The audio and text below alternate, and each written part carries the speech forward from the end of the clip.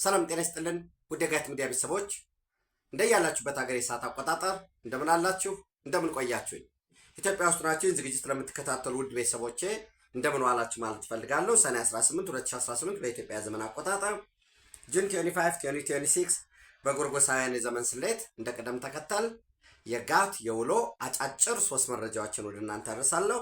ዘወትር እንደምታደርጉት ዝግጅቱን ላይክ አድርጉ። ባላችሁ የግንኙነት አውታር በፌስቡክ በቴሌግራም በሁሉም የመገናኛ የማህበራዊ ትስስር መንገዶች ዝግጅቱን ሸር አድርጉ፣ ለሌሎች ወዳጅ ቤተሰቦቻችን እንዲደርስ ሀሳብ አስተያየታችሁን ስጡ። የጋት ሚዲያ ሜምበር ሁኑ። ጋት ሚዲያን በሱፐር ቻት በሱፐር ታንክስ ደግፉ፣ እየደገፋችሁ ነው። ከምንም በላይ ደግሞ ይህን ዝግጅት እና ሌሎችንም የጋት ሚዲያ ፕሮግራሞችን ስለምትከታተሉ እንደወትሮ ሁሉ እጅግ የከበረ ምስጋና ይድረሳችሁ።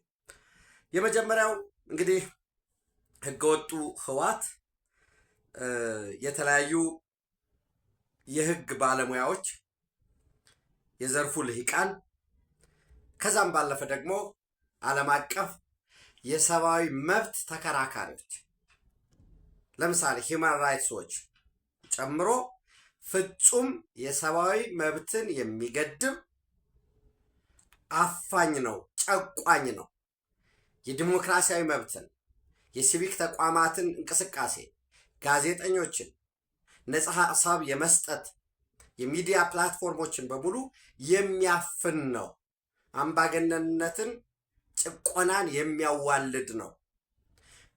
በጦርነት ማግስት የበለጠ ለማገገም ካደረሰው ጉዳት አካላዊም ስነ ልቦናዊ የንብረት ውድመት ከዛ ሁሉ ለመውጣት እየታገለ ያለውን የትግራይ ህዝብ መልሶ ወደ ሌላ አዙሪት ወደ ግጭት ሁሉ የሚዳርግ ነው። የፖለቲካ ምህዳሩን የሚያጠብ ነው።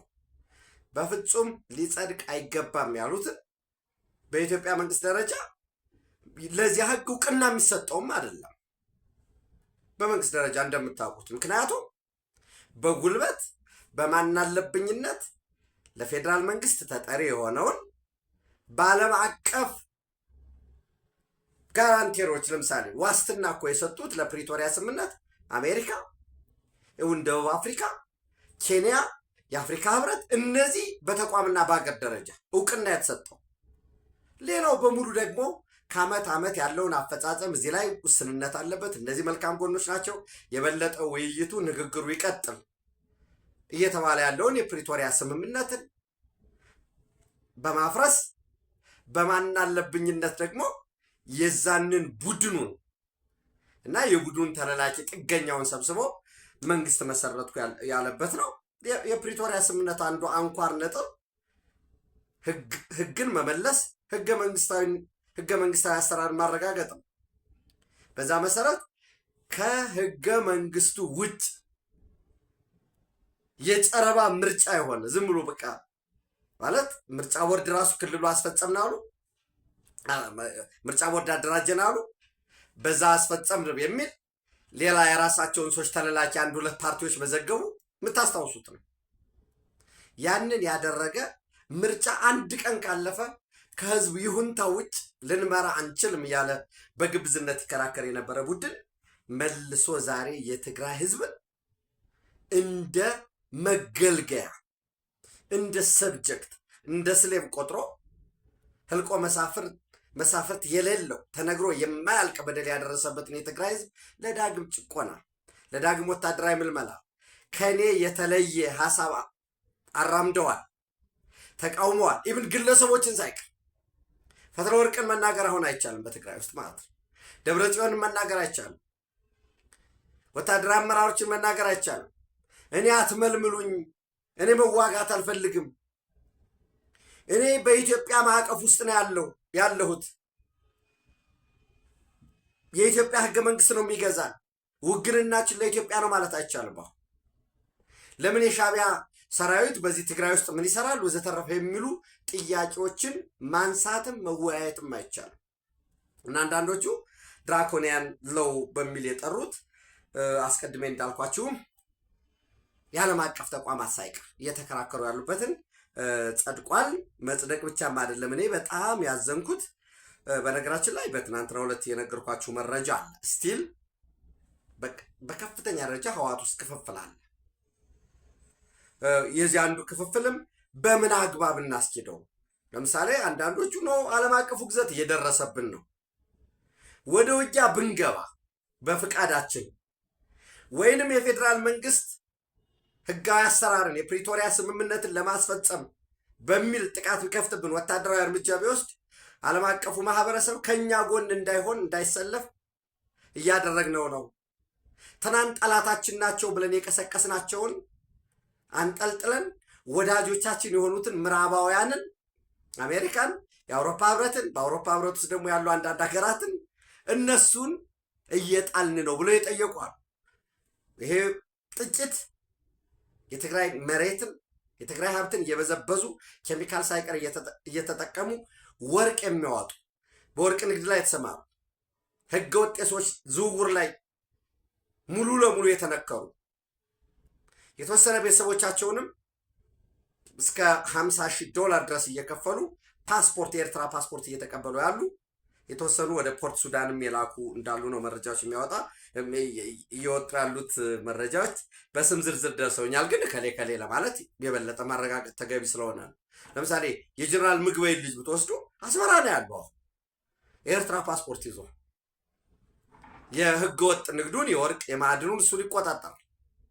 ዳዊት ገብረ እግዚአብሔር የፈትለወርቅ ገብረ እግዚአብሔሩ እንድም አስመራ ነው ያለው። የጦር መሳሪያ ንግድን ህገወጥ ማዕድንን ያቀላጥፋል። ሌሎችም አሉ።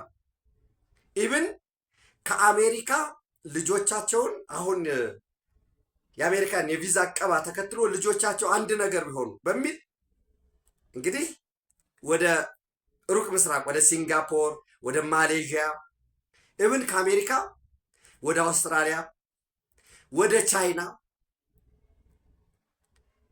የተወሰኑ ደግሞ ወደ ሆንግ ኮንግ ልጆቻቸውን እያዛወሩ ያሏል። እንግዲህ የእነሱ ልጆችን አስቡ። በተድላ በከፍተኛ ቅንጦት ነው የሚኖሩ። ምስኪን የሆነ ልጅ ማሳደግ በኢትዮጵያ መቼም ሁላችንም የምናውቀው ነው። ዋጋ ተከፍሎ ያደጉ ልጆችን ነገ ስንደክም ይጦሩናል፣ ይጠቅሙናል ተብለው በመከራ ያደጉ ልጆች ትውልድ መቀጠል ያለበት። እነዛ ግን እየተጎተቱ እንደ ጠቦት እየተጎተቱ ከእናታቸው እቅፍ ወደ ጦር እየተማገዱ ነው ያሉት። ከዛ ባለፈ አሁን ለየት ባለመልኩ እምቢ ወደ ጦርነት አንገባ በቃን በሰላማዊ መንገድ በውይይት ይፈታ ያሉትን ሲጠፉ አገኘናቸው ማለት ተቃወሙ በማለት እያስተባበሩ ነው። ህወሓትን እየተቃወሙ ነው። እነዚህ የሸዋ ተለላቂ ይሏቸዋል። ጦርነት በቃን ያሉትን ወደ አዲስ አበባ የሚመጡትን ከእነሱ ጋር ግንኙነት አላቸው የሚሏቸውን ሽማግሌዎችን፣ አረጋውያንን፣ ደካሞችን ሳይቀር እያሰሩ 50,000 ብር በአንድ ሰው እየተቀበሉ ነው ያሉት። እየደበደቡ ነው። ወጣቶች እየተረሸኑ ነው ያሉት እና ይህንን አፋኝ ህግ ያጸደቁበት ሁኔታ ነው ያለው። በነገራችን ላይ ደጋግሜ በባለፈው ማክሰኞ ነበር ይሄዳሉ ተብሎ የነበረው። ከዛ ኖ ሮብ ነው ተባለ። ከዛ ዛሬ ይሄዳሉ ተብሎ ነበር። በኢትዮጵያ የአሜሪካ አምባሳደር አርቨን ሆሲ ማሲንጋ እና የሚመሩት ልኡክና ሌሎች ኢቨን ከአፍሪካ ህብረትም እንዳሉ ከአውሮፓ ህብረትም ልኡካን እንዳሉ ነው መረጃዎች እየወጡ ያሉት። ሮብ ዕለት ትናንት ሮብ የአሜሪካ አንድ ልኡክ መቀሌ እንደገባና ውይይት እያደረገ እንዳለ ነው እንግዲህ መረጃዎች የሚያሳዩት። ዛሬ ይሄዳሉ ተብሎ ነበር። አንዳንዶች ደግሞ ዛሬ ሊያደርጉት የነበረውን ጉዞ ወደ ነገ አሸጋግረዋል የሚል መረጃዎች ናቸው እየወጡ ያሉት። አንዳንዶች እኔም መረጃውን ወደ እናንተ ስላደረስኩ ነው ፈገግ የሚያደርጉ ማለት እንዴት እኔ አንዳንድ ጊዜ የትግራይ ህዝብ ምን አጥፍቶ ነው? ምን በድሎ ነው? እንዴት ከአብራኩ መሃል እነዚህን የጣለበት ብላችሁ እስክትጠይቁ ድረስ ይቅርታ ሊጠይቁ ነው። ቪዛ ማዕቀብ በመጣላችን በተወሰነ የህወሓት አመራሮችና ወታደራዊ አመራሮች ላይ ይቅርታ ሊጠይቁ ነው አርቨን ሆሲ ማሲንጋ የሚሄዱ ብለው ይህንንም ይሰራሉ። ምን ይሰራል? ፕሮፓጋንዳ ወዳጆቼ።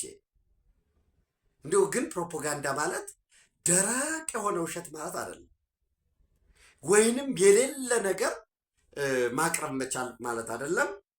እኔ ያለኝ መረጃ አሁንም ስቲል የፕሪቶሪያ ስምምነት ይከበር፣ ይህንን ህገወጥ የመሰረታችሁትን መንግስት መልሱ፣ ጊዜያዊ አፍርሱ፣ ወደዛው ጊዜያዊ አስተዳደሩ ይመለስ፣ ተፈናቃዮች ወደ ቀያቸው ይሂዱ፣ ዲዲአር ተግብሩ፣ አፋኝ የሆነ በግዴታ የምታደርጉትን ወታደራዊ ምልመላ አቁሙ፣ ከሻዕቢያ ጋር ያላችሁን ግንኙነት ሙሉ ለሙሉ አቋርጡ፣ ቀጠናውን ወደ ጦርነት ለማስገባት የሚደረግ ጥረት አካል ከሻዕቢያ ጋር እናንተ ውክልና ወስዳችሁ አሁንም እናንተ ደግሞ አሁንም ተወካይ ደግሞ ጽንፈኛውን ፋኖ ጽንፈኛውን ሸኔ ይህን ፈጥራችሁ በሰላማዊ ፓርቲ ስም ደግሞ የሚንቀሳቀሱ ለዛ ለመለላክ ምቹ ሁኔታ እንፈጥራለን ብለው ተፍተፍ ሲሉ የነበሩ አሉ። የኢትዮጵያ ህዝብ ንቁ አጋልጦ የተዋቸው ማለት ነው። ከነሱ ጋር ሆናችሁ ኤንዌስ የፓርቲ ሰላማዊ ፓርቲውን ትተነው ወደ ግጭት ለመግባት የምታደርጉትን ሁኔታ አቁሙ የሚሉ ጥሪ እንደሚቀርብ፣ ከዛ ባለፈ ግን ተፈናቃዮች በየመጠለያ ካምፕ ያሉት እነዚህ ተፈናቃዮች የኛ ወገኖች ናቸው። የኛ እናት፣ የኛ አባት፣ የኛ ልጆች ናቸው። መመለስ አለባቸው አሁን። ነገር ግን መቼስ ተዋግቶ አይመለሱ። አሁን የምናውቀው መናገር መቻል አለብን። የፌዴራል መንግስት ከልመና በላይ ርቀት ሄዷል። አማላጅ ልኳል። አምባሳደሮችን፣ የፖለቲካ አታሾች፣ ሽማግሌ እባካችሁ ተፈናቃዮችን መለሱ፣ ሰርተው ይብሉ፣ የጎደለ ካለ የጠፋ ንብረት ካለ አቅም በቻለ የአካባቢው ህብረተሰብ አስተባብረን፣ መንግስትም ብሔራዊ ኮሚቴ አለ፣ ከብሔራዊ ኮሚቴ ደግሞ የክልሎች የቴክኒካል ኮሚቴ አለ፣ ይመለሱ የሚል አቀረበ። የምታስታውሱት ነው። ህወሓት የለም መጀመሪያ ድርጅቱ ይዳል፣ ከዛ በኋላ የድርጅቱ መዋቅር ሂዶ ሲገባ ነው ወልቃይት ጠገዴ፣ ሌሎችም ሂደን ስንገባ ነው። በነገራችን ላይ ዘወረስ ሴናሪዮ ሂደን አሁንም በቃ ተመልሷል ግቡ ብትሏቸው አሁንም ስቲል ይቀጥላሉ። ለምን ተመልሰን ዳግም 4 ኪሎ እንግባና ዋገምታችንን ሰክተን የኢትዮጵያን ደም እንምጠጥ፣ የበላይ እንሁን። ይሄ ይቻላል ወይ? የኢትዮጵያ ህዝብ ይፈቅዳል ወይ? አንዳንዶቹ እንዳልኳችሁ ምንም በማይመለከታቸው የራሳቸው ያልሆነ ዲፋይንድ የሆነ ምን ፈልጋችሁ ወደ ጦርነት ገባችሁ ብትሏቸው የሚያነበንቡበት ጥቂት አፈቀላጤዎች፣ ጥቂት የምላስ አክሮባቲስቶች ሊተነትኑት የሚችሉ ግን ምንም አይነት ኮዝ የሌለው። ለምሳሌ ኦነግ ሸኔ አማራውን ወለጋ ላይ እንደዚህ ጉዳት አደረሰበት። ኦነግ ሸኔ ወደ አዲስ አበባ እንዳንገባ ከለከለን። ወይንም የሃይማኖት ተቋማት ላይ ጥቃት ተፈጸመ በኦነግ ሸኔ በኩል። ኦነግ ሸኔን መንግስት ሊያስታግስ አልቻለም። ሌሎችም ከመዋቅሩ የሚነሱ ችግሮችን የሚያነሷቸው እንደተጠበቀ ሆኑ። በተመሳሳይ ህወሓት እንዲድን ተደረገ። የፕሪቶሪያ ሰላም ስምምነት ሲፈረም እኛ አባል አልሆንም። የወልቃይት ጠገዴ ሰቲት ሁመራን ጉዳይ እልባት አላገኘም፣ ተላልፎ ሊሰጥ ነው። ህወሓት እንዲድን ተደረገ። ይህን ሁሉ ጥያቄ ይዘን ተነሳን ያሉት ሰዎች ትጥቅ አላስፈታም፣ ዲዲአር በደንብ የተተገበረ አይደለም፣ የለም ሆን ተብሎ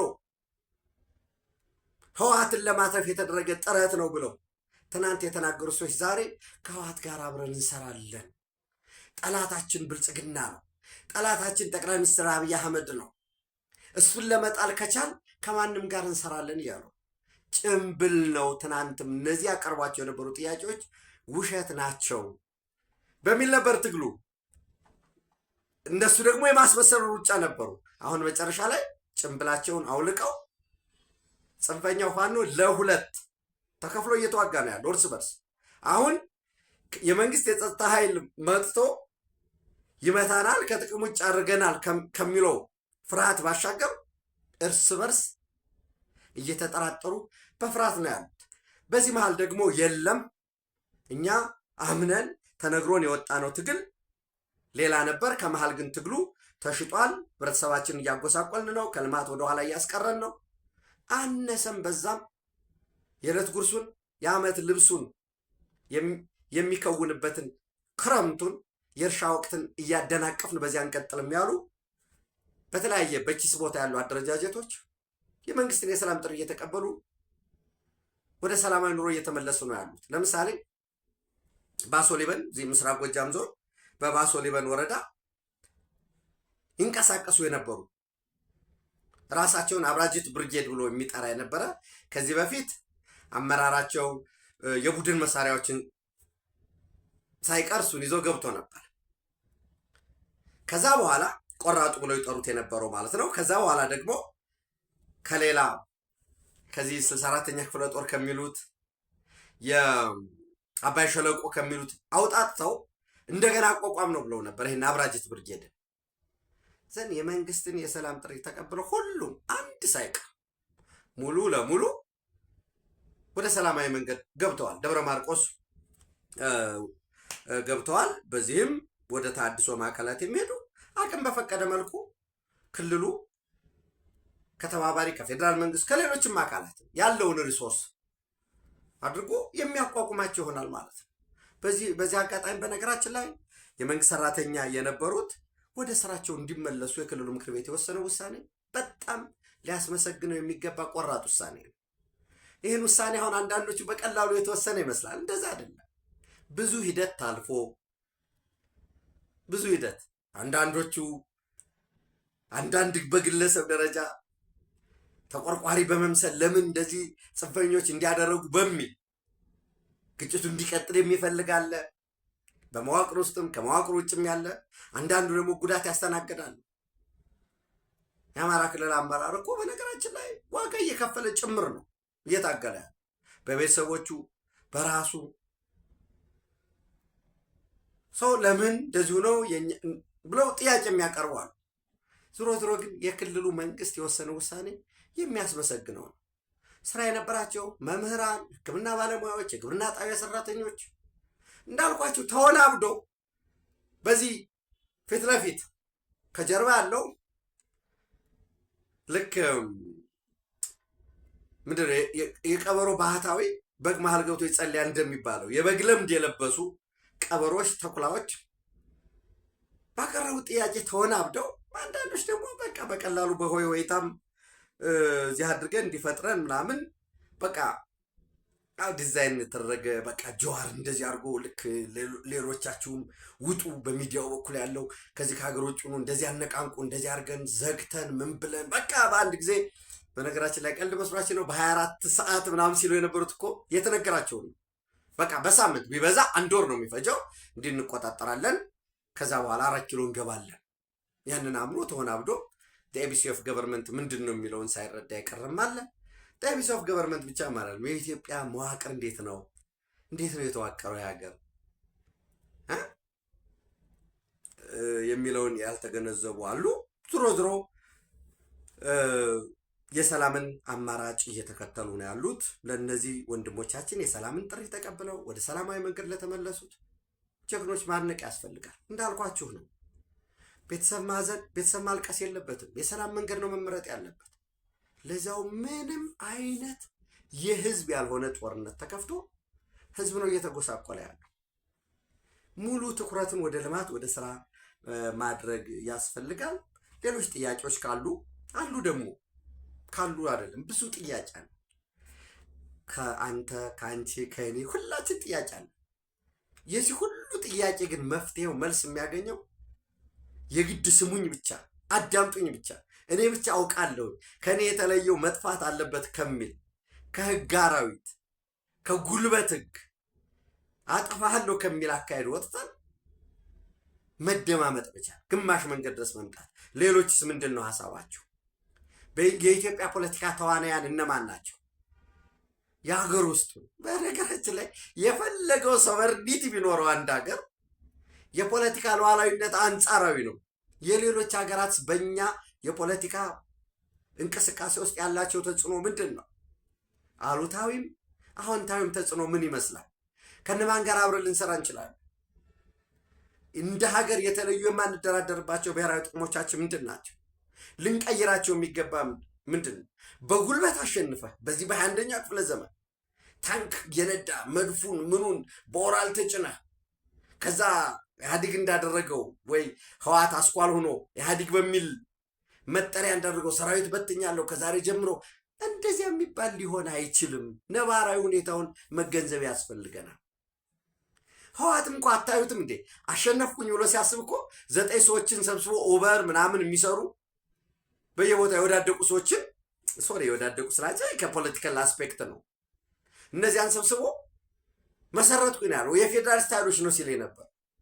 አንተ ብቻህን ጨርሰህ የምትገባው የለም።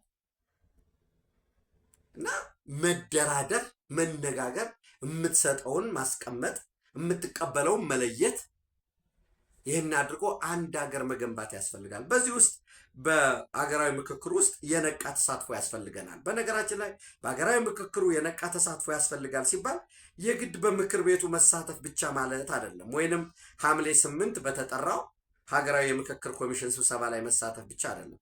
ምንድን ነው እዚህ ሀገር ላይ እንዲሆን የምፈልገው? ምን አይነት ሀገር በምንድን ነው ትርክቱ መገንባት ያለበት? የሀገር ግንባታ፣ ሀገረ መንግስቱ፣ ሰንደቅ ዓላማዎቻችን፣ በሰንደቅ ዓላማ ውስጥ የሚኖሩ ውክልናዎች፣ የመንግስት አደረጃጀት ምን መምሰል መቻል አለበት? ፓርላሜንታዊ ይሁን ፕሬዝዳንታዊ ይሁን፣ ፕሬዝዳንታዊ ካረግነውስ የፕሬዝዳንቱ ስልጣን ምን ድረስ ነው መሄድ ያለበት? የፕሬዝዳንቱ የስልጣን ዘመንስ ምን ያህል ዓመት ነው መሆን ያለበት? በዚህ በከተሞች ጉዳይ ይነሳል። የአዲስ አበባ ጉዳይ የአዲስ አበባ የፌዴራል መንግስቱ መቀመጫ ከሆነ በህገ መንግስቱ የተቀመጠ አለ። የኦሮሚያ ክልል ጥቅሞች አሉት። ምንድን ነው ጥቅሙ? ከበጀቱ ነው። አዲስ አበባ ራሱ ደግሞ ከኦሮሚያ የሚያገኘው አለ። ከአዋሳኝ ውሃ ያገኛል፣ የተለያዩ አገልግሎቶችን ያገኛል። ለምሳሌ አዲስ አበባ ከተማ አስተዳደር መሬት ቢፈልግስ ተጨማሪ፣ ያው መቼም በዙሪያ ባለው ነው የምትስፋፋው። ምንድን ነው ማድረግ ያለበት? እነዚህ ዜሮች ውይይት ያስፈልጋል። የድሬዳዋ ጉዳይ፣ የሃይማኖት ጉዳዮች፣ የተቋማት ግንባታ፣ የህግ የበላይነት፣ ሰብአዊ መብቶች፣ ማህበራዊና ኢኮኖሚያዊ፣ የአርሶ አደሩና የአርብቶ አደር ጉዳዮች፣ ብሔራዊ ጥቅሞቻችን በተመለከተ የማንነካቸው ቀይ መስመሮቻችን መሆን ያለባቸው የቶቹ ናቸው? የሰላም ግንባታ፣ ሙስናና መልካም አስተዳደር። እነዚህ በነገራችን ላይ የምክክር ጉባኤው ሐምሌ 8 የለያቸው 8 ዋና ዋና ነጥቦች ናቸው። አንዳንድ ወዳጆች ሁሉንም ማለት አይደለም። በነገራችን ላይ አንዳንዶቹ ሀገራዊ ምክክሩ የማይረባ ነው፣ እንዳትሳተፉ፣ ሀገራዊ ምክክሩ ላይ ተሳትፎ የተመለሱ ናቸው የሚሏቸውን ሁሉ ሲቀጡ ቀጣን እርምጃ ወሰን አንበረከክን ሲሉ የነበሩት መልሰው የሀገራዊ ምክክሩ የለያቸው ነጥቦች ትክክል አይደሉም ይላል። ወይኔ ትክክል ናቸው እንዲሉ አይደለም መጠበቅ ያለብን። ምን መሆን መቻል አለበት የሚለውን እንጻፍበት፣ እንነጋገርበት። ለምሳሌ የኢትዮጵያ መንግስት አወቃቀር ይህን መምሰል አለበት፣ እንነጋገር። ያው እኔ እንደምታውቁት ክልሎች አሁን ያሉት እንደገና መልሰው መዋቀር መደራጀት አለባቸው የማምን ሰው ነኝ። ይህንም በተለያየ መንገድ እዚህ በዩቲዩብም ለእናንተ አድርሻለሁኝ፣ በምጽፋቸውም ከሰዎች ጋርም ስወያይ ይህን አቀርባለሁ። እንደገና መልሶ ወደ ስቴት ስሙ ምንም ችግር የለብኝም። እኔ ክፍለ ሀገር ይባል ክልል ይባል ወይንም ገቨርንመንት መንግስት ይባል፣ ግን ከ30 እስከ 40 ድረስ በሚደርስ እንደገና መልሶ መዋቀር አለበት። ዞኖች የሚባሉት እኔ ፐርሰናሊ እንደኔ ጃስቲን ሀሳብ ነው። ዞን የሚባል መኖር የለበትም ብዬ የማምን ሰው ነኝ። ህገ መንግስታዊ በህገ መንግስቱም ዞን የሚባል አይታወቅም። ግን ብዙ ሀብት ነው የሚባክን እዛ ዞን ላይ። ሰው ክልሎች ይኑሩ። አምሶሪ ክልል ስላችሁ በኋላ ላይ ስቴቶች ይመጣሉ። ለምሳሌ ለእኔ ጎጃም ስቴት ሊሆን ይችላል፣ ወይም የጎጃም ክልል። ከዛ በጎጃም ክልል ውስጥ ዞኖች የሚባሉት ይቀሩና ቀጥታ ወረዳ ይሆናል ማለት ነው። እዛ ላይ በክልሉ አደረጃጀት ውስጥ እዛው ላይ ክላስተሮች ሊኖሩ ይችላሉ። ይህንን ዲስፓች የሚያደርጉ መረጃን የሚሰበስቡ እዛው ላይ እንደ ዴስክ ነገር። ከዛ ውጭ ግን የጎጃም ክልላዊ መንግስት፣ የጎንደር ክልላዊ መንግስት፣ የሸዋ እኮ ሲጀመር ሰሜን ሸዋን፣ ምዕራብ ሸዋን፣ ምስራቅ ሸዋን። ሰሜን ሸዋ የአማራ ክልሉ ሰሜን ሸዋ ራሱ ደግሞ ኦሮሚያ ክልልም ሰሜን ሸዋ፣ ምስራቅ ሸዋ፣ ምዕራብ ሸዋ ይህን ሰፊ አድርጎ አዲስ አበባ ከተማን ዋና ከተማው አድርጎ ከፌዴራል መንግስቱ ጋር ተጋርቶ ቋንቋውን አማርኛ፣ አፋን ኦሮሞ እና እንግሊዘኛ ምክንያቱም አዲስ አበባ ደግሞ የዓለም አቀፍ ተቋማት መቀመጫ ነች። ሶስቱን የስራ ቋንቋ አድርጎ አዲስ አበባ የነዚህ የሸዋ ማዕከል እንዲሆን ዘንድ የፌዴራል መንግስቱም ነው የሸዋ ክልላዊ መንግስት መቀመጫ ነው። በተመሳሳይ ደግሞ ሌሎች የሚቋቋሙ ደግሞ የራሳቸው ውክልና ሊኖራቸው ስለሚችል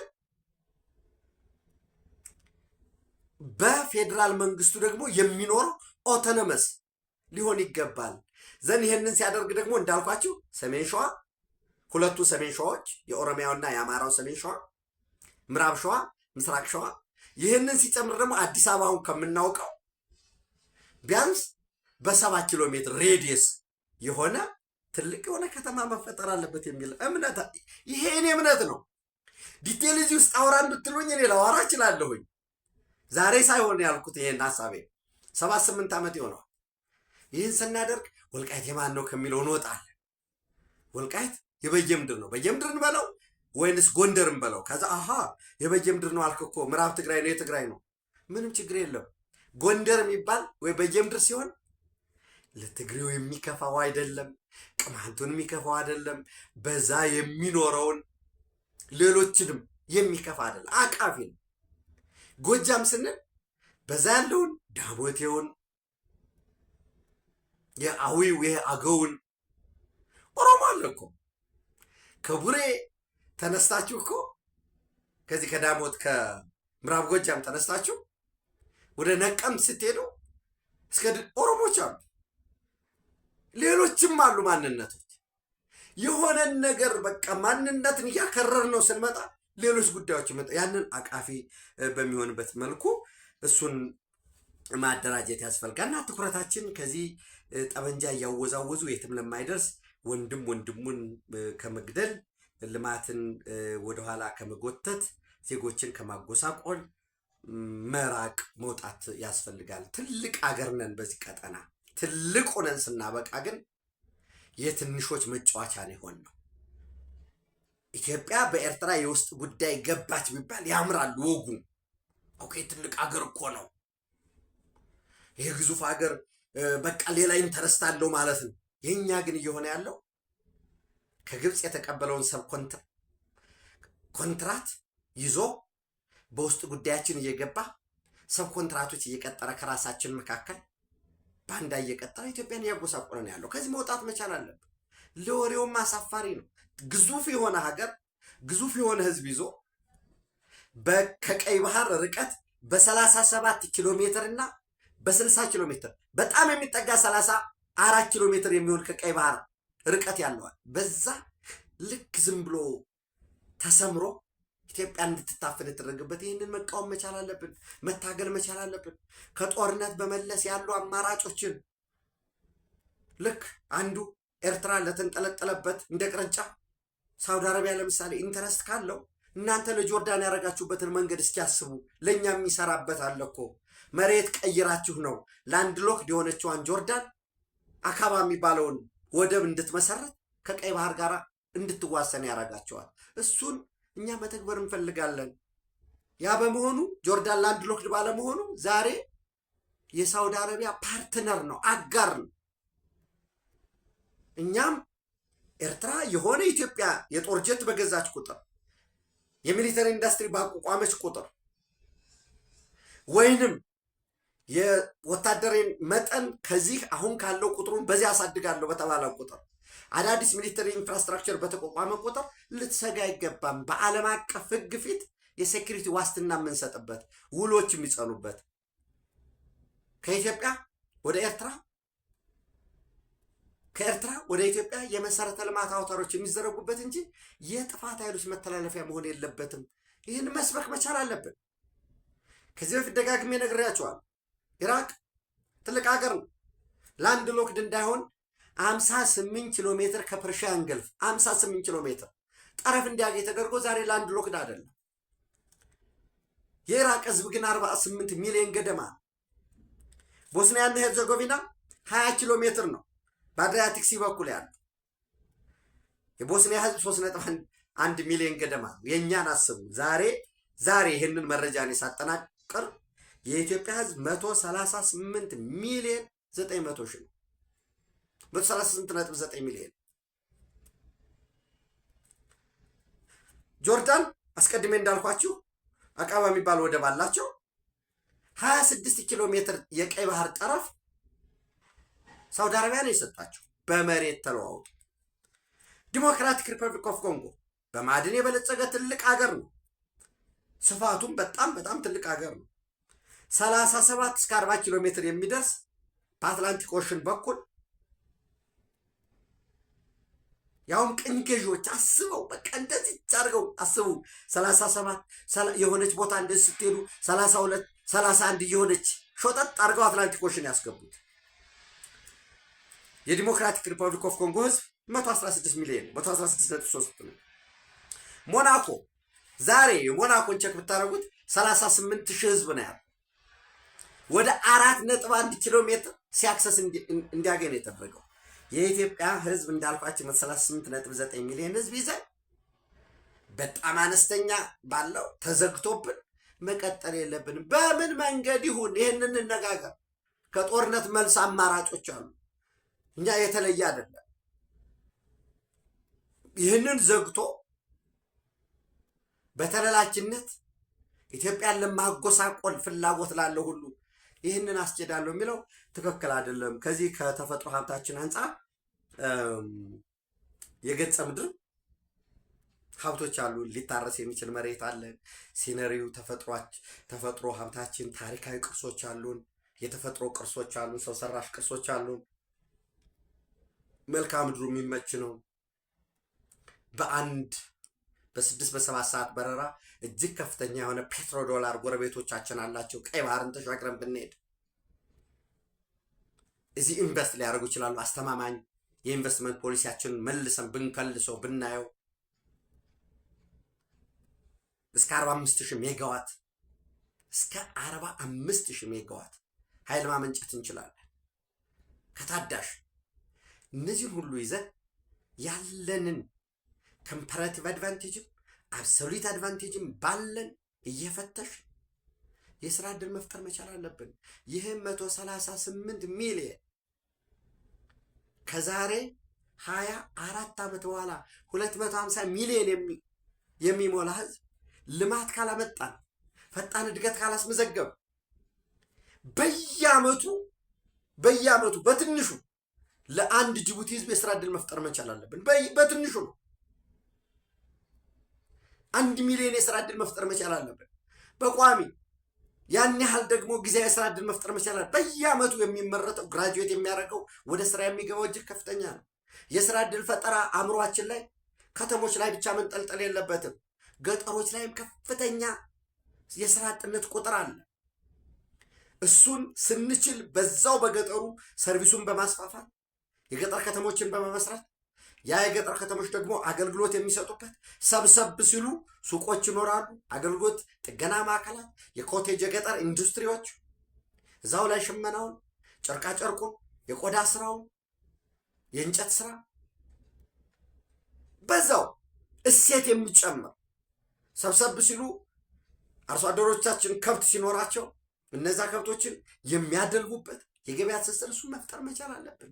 ሄዴክ ሊሆን ይገባል።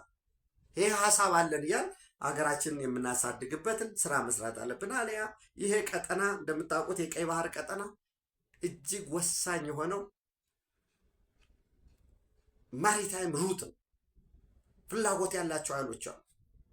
እነሱ በመጡ ቁጥር የእኛም ባንዳዎችን የውጭ ደግሞ ባዳዎች እንዳልኳችሁ እየተባበሩ ሀገራችንን እንዳያፈርሱብን ወይንም የእድገት ጉዟችንን እንዳያደናቅፉት ልዩ ጥንቃቄ ማድረግ ያስፈልጋል። ወደ መካከለኛው ምስራቅ ምናልባት ስንሄድ በእስራኤልና በሊባኖስ መካከል ጦርነት የለም ነው የምንዋጋው ከሂዝቦላ ጋር ነው የሚለው እንደተጠበቀው ነው። የተለያዩ መረጃዎች እየወጡ ነው። አንዳንዶች እስራኤል የአሜሪካን ጥያቄ ተቀብላ ከደቡባዊ ሊባኖስ በኩል ጦሯን እየሳበች ነው፣ እያስወጣች ነው። በዛ በወጣው ጦር ምትክ ደግሞ የሊባኖስ መከላከያ ኃይል እየገባ ነው።